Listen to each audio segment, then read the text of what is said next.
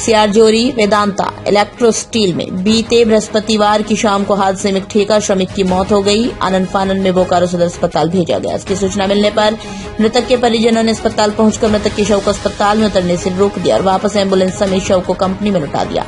जानकारी के अनुसार बताया गया, सियार गजरा गांव निवासी नंदलाल महतो के 34 वर्षीय युवक पप्पू कुमार महतो ठेका श्रमिक की मौत हो गई, जिससे परिजनों ने कंपनी के अंदर सुरक्षा की चूक लापरवाही की जिम्मेदारी ठहराया है, जिसकी नियोजन व मुआवजे की मांग को लेकर 4 लेन अलकुशा मोड़ के समीप रात को ही परिजनों व ग्रामीणों ने सड़क जाम कर दिया।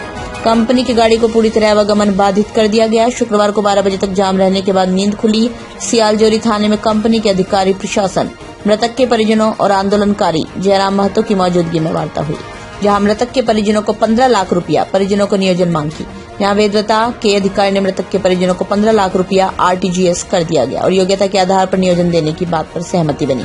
साथ ही मृतक के परिजनों द्वारा आनशोर कंस्ट्रक्शन एवं ESL स्टील लिमिटेड पर किसी प्रकार का मुकदमा नहीं किया जाएगा। रिपोर्ट जावेद अख्तर। जो आज तक वेदांता के इतिहास में नहीं हुआ था। 15 लाख का मुआवजा इससे पहले कभी न मिला था और न ही किसी को नियोजन मिला था। जयराम जी, लगातार आप आरोप लगा रहे हैं कि कई बड़े अधिकारी और राजनीतिक दल के लोग ESL प्लांट से लाभ ले रहे हैं, उनके लोग हैं। क्या कुछ साक्ष्य है ऐसा कि? बिल्कुल, हम लोग के पास साक्ष्य है और उस पर हम लोग काम कर रहे हैं सारे डॉक्यूमेंट्री के साथ और मीडिया बंधुओं के सामने इस बात को हम लोग रखेंगे। हम लोग बार बार कह रहे हैं कि हम लोग किसी के नियोजन के विरोधी नहीं। अगर वे अपनी योग्यता अर्हता को पूरी करते हुए अगर नियोजन में आते हैं तो हमें आपत्ति नहीं है। लेकिन आज सियालजोरी क्षेत्र में जो प्रभावित गांव है, जो विस्थापित गांव है, उसके नौजवान आज धरने पर बैठ रहे हैं, लगातार आंदोलन कर रहे हैं। कुछ दिन पहले चंदन क्यारी में भी अधिकारियों और कंपनी के मैनेजमेंट के बीच वार्ता हुई, इसमें ग्रामीणों की उपस्थिति रही।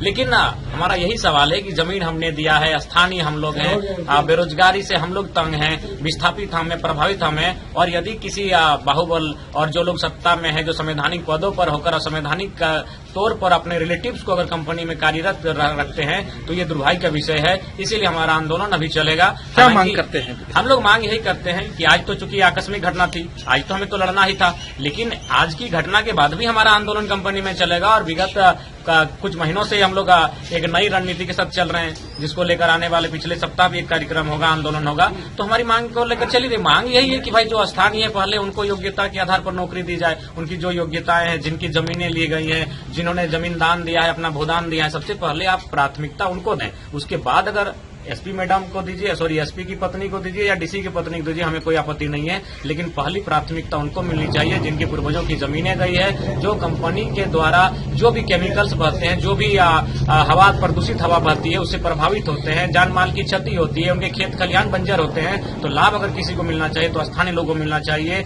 जिनके जमीन पर आज कंपनी टिकी हुई है। कहाँ के ये SP हैं, कहाँ के DC हैं? देखिए, इस पर काम कर रहे हैं। देखिए, हम लोग की सूचना मिली है, इस पर हम लोग कार्य कर रहे हैं। उसके बाद ही हम लोग जो भी गोपनीय सूचना मिली है उसको मीडिया के माध्यम से हम लोग सार्वजनिक करेंगे। लेकिन ये सच्चाई है, इस बात को नकारा नहीं जा सकता है, मुकरा नहीं जा सकता है। और उसी का परिणाम है, उन्हीं तथ्यों और तर्कों का परिणाम है कि आज मैंने 24 घंटा के भीतर वेदांता जैसे शक्तिशाली कंपनी बैकफुट पर आकर जो हमारी मांगे हैं उनको पूरा किया गया। आप अगर कल रात को रहते तो बड़ा हंसी आता कि किस प्रकार इसी देश में माननीय कलेक्टर, माननीय मंत्री, माननीय प्रधानमंत्री मजदूर दिवस की बधाई देते हैं और जोश खरोश के साथ मजदूर दिवस मनाते हैं, और पता चलता है कि मजदूर केवल दिवस तक सीमित है, हकीकत में रोज उसकी मौत हो रही है। आज तक कभी सुने हैं कि किसी CMD का डेथ हुआ है, किसी मैनेजमेंट का डेथ हुआ है, किसी सुपरवाइजर, किसी HR का डेथ हुआ है? जब भी आप सुनिएगा तो मजदूर वर्कर का ही यहाँ डेथ होता है। उनके लिए ना सेफ्टी है, ना उनकी जान की कोई सिक्योरिटी है। मजदूर होता ही मरने के लिए। और सबसे दुर्भाग्य की बात, जब मुआवजे की बात हो रही थी तो 2.5 लाख से स्टार्ट हुआ मुआवजा। 2.5 से 3, 4,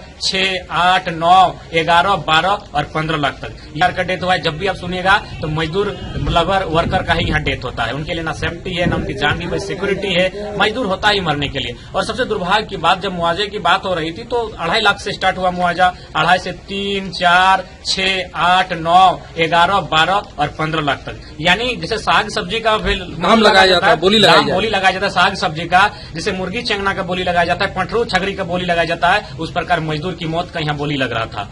तो ये दुर्भाग्य का विषय है। हालांकि जो आज वार्ता कुल मिलाकर तीसरी बार में सफल हुई, इसके लिए हम स्थानीय जो थाना है सियालजोरी इलेक्ट्रो स्टील के थाना प्रभारी, इनको धन्यवाद देते हैं इनकी मध्यस्थता से। और साथ ही SDPO महोदय चास सदर आए, उन्होंने भी कोऑपरेट किया। SDM महोदय थे, उन्होंने भी कोऑपरेट किया। और राउत सर थे, कंपनी के साथ HR है, हालांकि उनके फोन कॉल से लगा कर सीओ महोदय भी थे, उनका आभार करते हैं। कुल मिलाकर जो भी यहाँ बैठे थे उन्होंने कोऑपरेट किया। उनको भी लगा कि मैंने जो भी मृत व्यक्ति के साथ अन्याय हो रहा है, उन्होंने कोऑपरेट किया। लेकिन फोन कॉल से यही लग रहा था कि कोई लोग जो कंपनी के बड़े बड़े ओहदे पर बैठे हैं, जो इसी कमरे से बाहर नहीं आ पा रहे हैं, उनके दबाव में आज 24 घंटा गया। नहीं तो मुझे लगता है 1 घंटा में, आधे घंटा में इस तरह की जो घटनाएं अगर घटती है तो उसकी कार्रवाई हो जानी चाहिए, नियोजन मिलना चाहिए और मुआवजा मिलना चाहिए।